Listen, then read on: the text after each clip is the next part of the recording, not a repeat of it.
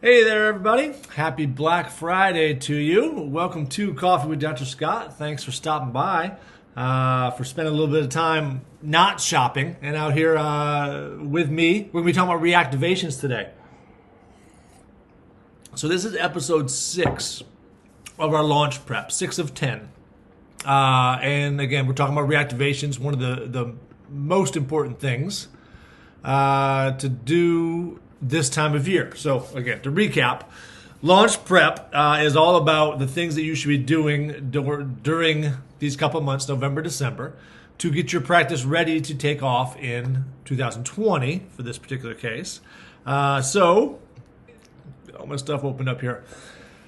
Reactivations is sixth in line. So the first 3 weeks we talked about goals. And one thing I want to talk about here, because I actually had several of my clients that I was working with discuss going over their goals again this past week, like Thursday, Friday, Saturday, Sunday, going into this weekend. So some of my clients who did the goal setting workshop back a few weeks ago when we did it, I asked them to spend a half an hour a day every day, Thanksgiving, today, the next 2 days, just refining that, just sitting down with a cup of coffee or whatever it is they drink and refining their goals. And I would ask you to do the same. So just a great time. Although I did the launch prep goal setting course a few weeks ago, yesterday is when I set my goals for the year. You know, I mentioned in the launch prep, of course, that a lot of people say it takes 90 days to get a goal to set into your mind. And I believe that's probably true. I don't know where that number comes through or how they tested it, but for me, I get more benefit out of being in Thanksgiving mode, being in that state of gratitude. So I choose to spend more time over the Thanksgiving weekend, shutting down all my technology. First technology I've touched was coming here to set up the show for you this morning. Setting up my technology or shutting down my technology and just worrying about my goals during that time. So I asked a bunch of my clients to do the same, and I'm hoping you can still find some time in your weekend to do that for yourself. So if you did the goal setting workshop, it'd be very easy to refine it over this weekend. If you haven't done it, sign up for it, go back and do it. Start it this weekend, but really have to take a little time. So it might take you a little bit more through next week. So anyways, we started out with goal setting.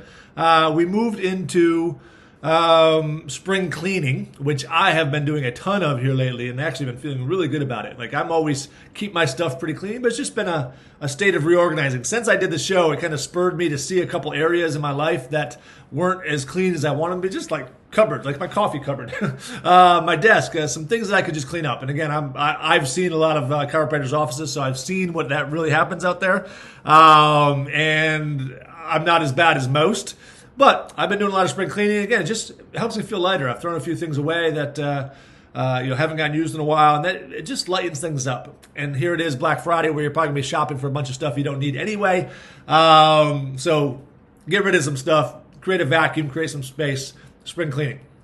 Then we worked on capacity, which is always one of my favorite topics. Staff, space, equipment, doctor speed. You've heard me say it many times, but I repeated it last week quite a bit. So start working on your staff, space, equipment, and doctor speed.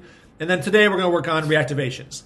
The next 4 weeks, we're going to talk about a bunch of procedural type stuff. New patient procedures, in-office procedures, your financial procedures, your marketing procedures. So those are the next 4 weeks coming up. But again, today we're going to be working about reactivations. So before we get into that, let's answer the question of the day, which is, are you shopping today on Black Friday? And actually, I kind of have an offshoot of that. So you can answer that question. Are you going out shopping? I actually went out shopping did Black Friday shopping for the first time ever last night. I know it was Thursday, but the stores open at 5 o'clock, 6 o'clock now. We went out at 6 o'clock after Thanksgiving dinner. I've just never done that before, but my oldest daughter's not in town. My wife wanted to go out, so I took my wife out, went to a sporting goods store. We ended up spending a lot of money, but we did save a lot of money as well. It was kind of fun. Like, I don't usually like crowds, but it was kind of neat to see and observe and deal with all that. So are you shopping today on Black Friday? I will not be leaving the house today. It was crazy enough last night. I had my share. I'm not going out today. The offshoot question is, are you a bigger fan of Black Friday or Cyber Monday? So answer either question or both in the comments down below. If I were to choose between those two, I'd pick Cyber Monday for sure. But I don't I don't know anything about Cyber Monday. I don't think I've ever shopped on Cyber Monday either, but I've been shopping all week online, having stuff delivered to the house, and I'm a much bigger fan of that than going shopping. So I would definitely choose Cyber Monday in that in that sense. Okay, so let's discuss reactivations. Again, if you're just joining me, answer that question of the day on the in the comments down below. I apologize. I still feel like I haven't fixed this graininess issues. It's not the camera, it's the lighting in this new space. So again, trying to get that lighting all set up. Hopefully by next week I'll have some new lighting and it won't be so grainy. But I hope you like the new graphics. Anyways, reactivations. This time of year is just a great time to get everything settled. But it's also standalone a great time of the year to work on reactivations. And I say that because I've seen it be so effective over the last 15 years. In fact, a lot of my clients that use my reactivation program, even in the middle of the year, February through November, really get great results. I don't necessarily want to compare to other people's referral programs, but when someone actually says, hey, what can I do for reactivations? And they set up on my program, they find the same thing that everybody finds, that reactivations are a funny little bird. And the fact that as soon as you start thinking about somebody, it starts showing up in your office, right? So if you pull 100 files, oddly, before you ever send out those letters, several of those patients will call the office that haven't been in there a year or more. So it's a fun process just to get involved with because, again, people just tend to show up and it's wild to see. So reactivations are fun. But this time of year is just a great time to settle into it. Now, a bunch of my clients right now are doing a little prep work for reactivations, twofold. One, they're preparing the letters that are going to go out in January, which are true reactivation letters trying to get people back in the office. But they're also contacting those patients right now, those inactive patients, saying Happy Thanksgiving, doing some sort of a Christmas I don't want to say promotion because I actually try very hard to get my clients to not promote this time of year, to not use, a bunch of people in my industry, in the coaching industry, are having their Black Friday sales right now. You're not going to see a Black Friday promotion from me. For me, it is a time to be in gratitude, and I think you get more out of just being in that space, in that mindset, than you're going to get if you actually put out some sort of promotion. So a bunch of my clients are just sending out Thanksgiving cards, just telling people that they're grateful for them. And again, not as a tactic, but because it's sincere. And doing something for people going into the Christmas holiday, not trying to get anything out of it, although that will be a side result. So they're doing a lot of prep work right now, getting ready for the reactivation program, which, in my opinion, and again, having seen it over the years, is much more effective come January when people are thinking about their health and when their schedule starts to ease off and when there's not so much noise in the marketplace because of Christmas. So 3 rules I want you to think about when you're doing your reactivation program coming up here in January. Number 1 rule is the 80-20 rule. So for the 80-20 rule, I want you to look at your inactive patients. And a lot of coaches out there would tell you that take this entire list and just mail all of them. I'm more of an 80-20 rule. You're going to get 80% of your results from 20% of your list. So I would rather have you go through your inactive list. I get asked this question a lot, is how far back should you go? And that's actually, when anybody does a reactivation program, that's probably the number 1 question I get, is how far back should you go in that list? I typically consider an inactive person, someone who hasn't been in at least 2 months, up to either 12 or 18 months. And again, it depends on how big you want to go with this. And a couple factors in your practice as well that I'd work out with my clients. But for you, I'd say if they haven't been in from 2 months to 18 months, that's the list you're looking for. So pull that list, print it out, and then have the doctor go through it and check off, either on the computer or on paper, check off your top 20%. So out of every 5 people on there, you should be choosing about 1 of them. So if you have, let's say, 300 people on that list, we're going to end up with about 60 of them, just to use those numbers. About. But that top 20%, so you're going through that list, I typically qualify them as an A, B, or C. A being the people that you would just love to see again. Like, you don't know where they went. Like, They were great patients. You had a great rapport with them. They just kind of faded off. And that happens. But you would just love to see them again. Those are your A's. Those are your top 20 percenters. And those are the people we're going to start this program with. Then there's your B's. The B's, yeah, I'd like to see them again too. But they're maybe not quite as worth going after, spending money to attract them. They move into your B list, and that's probably going to be a good 60% of your list. Those Bs, those kind of floaters, they're good patients. They're not the top 20%. Then you have your C's, which are the bottom 20%. I hate to qualify them as that, but they're people that, quite honestly, if they walked in your office, you would take care of them, but you're certainly not going to chase them. So those would be your C's. So I want you to take your A's. Get that 80-20 rule working for you. I would much rather send 5 letters to all your top 20% than 1 letter to everybody. You're going to get a lot more results from that. Follow-up is key here when we start talking about reactivations, which we'll talk about in the next section. So again, I'd rather find your top 20% that you can truly market to. You're more likely to bring them back. Not only will they maybe come back, but they also the type of people that would refer to you as well. So you get more benefit out of those top 20%. So that's where I want you to get your list. So first thing you got to do is get your 80-20 rule working for you. Find that top 20% out of your list. Those are the people we're going to mail to. Second thing I want you to do is plan out your message. January is the perfect time to reach out to your past patients. Again, they are thinking about their health. I've just seen it be so effective. The second question I probably get asked when people do the reactivation program is, what do I send? Do I just write a letter? There are sample letters all over the place. I have some in the launch prep course. So if you're in the launch prep course, you already have, I think, 5 or 6 sample letters that you can use and tweak. If you're not in the Launch Prep course, I believe it's in the description right above me here. So go ahead and click that link.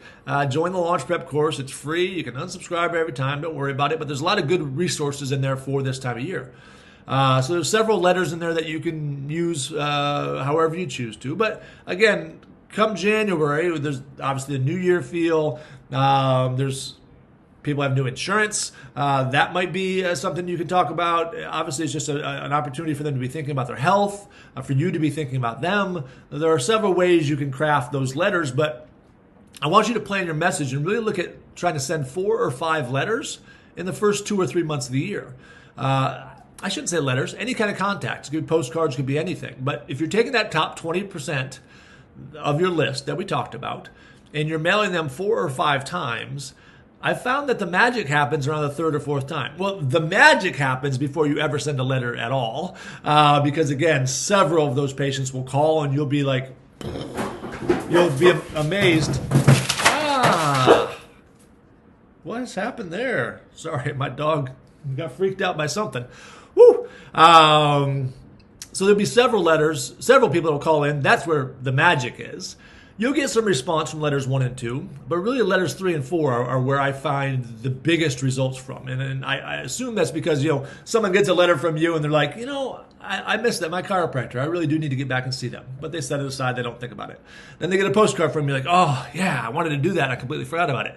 It's that 3rd or 4th letter where you're being a little persistent that they're like, yeah, I'm going to do it. And they pick up the phone and call. So plan out your message. And again, if you're into storytelling and marketing, those 5 letters would be some consistency. It would tell a story. They would tie to each other. They wouldn't just be random one-off shots. And I feel like that's much, much better marketing if you're planning your message out that way. So whittle your list down to your top 20%. Plan out your messages. Again, spend some time this week thinking about what you're going to do and how you're going to write it. Hire a writer, use my letters, whatever you're going to do, but get those messages planned out.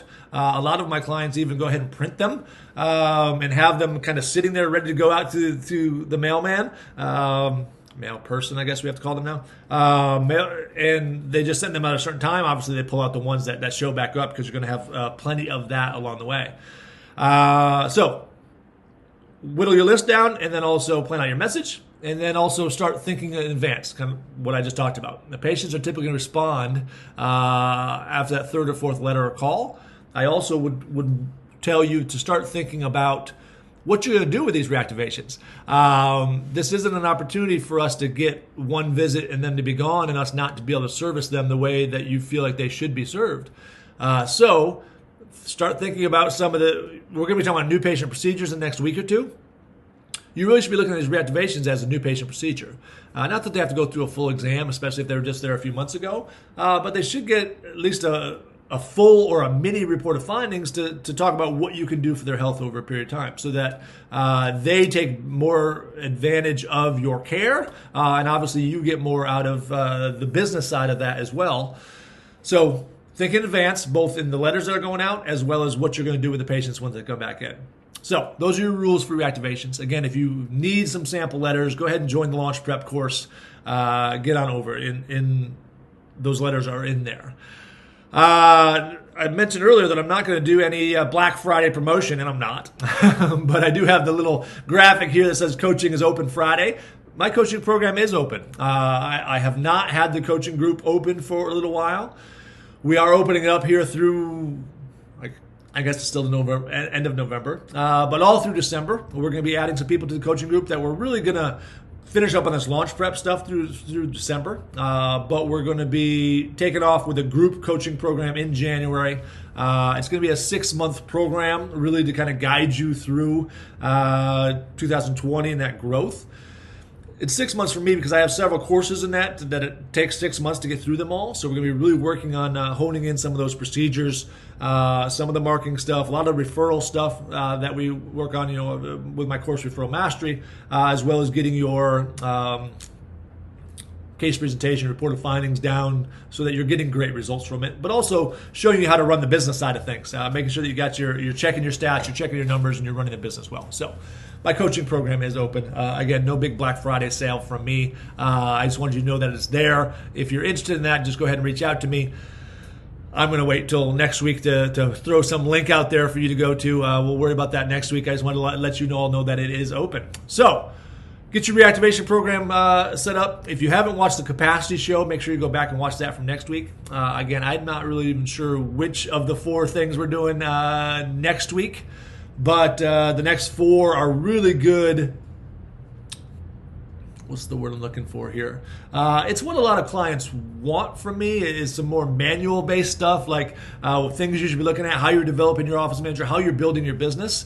So make sure you tune in these next 4 weeks. We will be back to Thursdays. Kind of a sidebar here. I did cancel the rest of the tour this year. I just decided to sit home and a lot of stuff going on around here, so I'm going to sit home and work on my coaching stuff, work with my clients. I'm not doing any traveling for the rest of this year. So that means the shows will be on Thursday. Normal times, regular times, 7 a.m. every Thursday with no travel involved. So the next 4 weeks, catch me 7 a.m. Central Standard Time. I always get confused between daylight and standard. Central Standard Time, 7 a.m. every Thursday for the next 4 weeks. I look forward to talking to you there. Everybody have a great day.